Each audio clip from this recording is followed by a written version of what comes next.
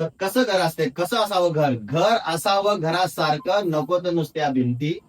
घर असावं घरासारखं, घर असावं घरासारखं, नको तर नुसत्या भिंती. तिथे असावा प्रेम जिव्हाळा, नको तर नुसते नाती. कसं घर पाहिजे? प्रेम जिव्हाळ्याचं. प्रेम पाहिजे, आदर पाहिजे. ज्या घरामध्ये मायबापाचा सन्मान होत नाही ते घर काय कामाचं?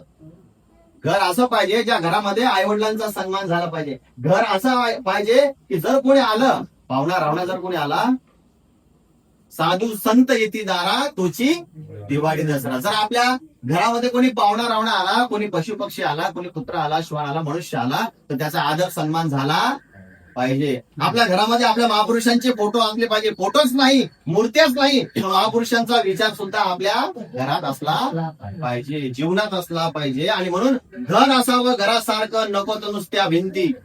मोठे मोठे मजले चढले, बेडरूम आहे, किचन आहे, फ्रीज आहे, वॉशिंग मशीन आहे, एसी आहे, म्हणजे घर होतंय का? घर होते, घर आहे मोठं, पण मायबापाला कोणी पाणी देत नाही, ते घर काय कामाचं?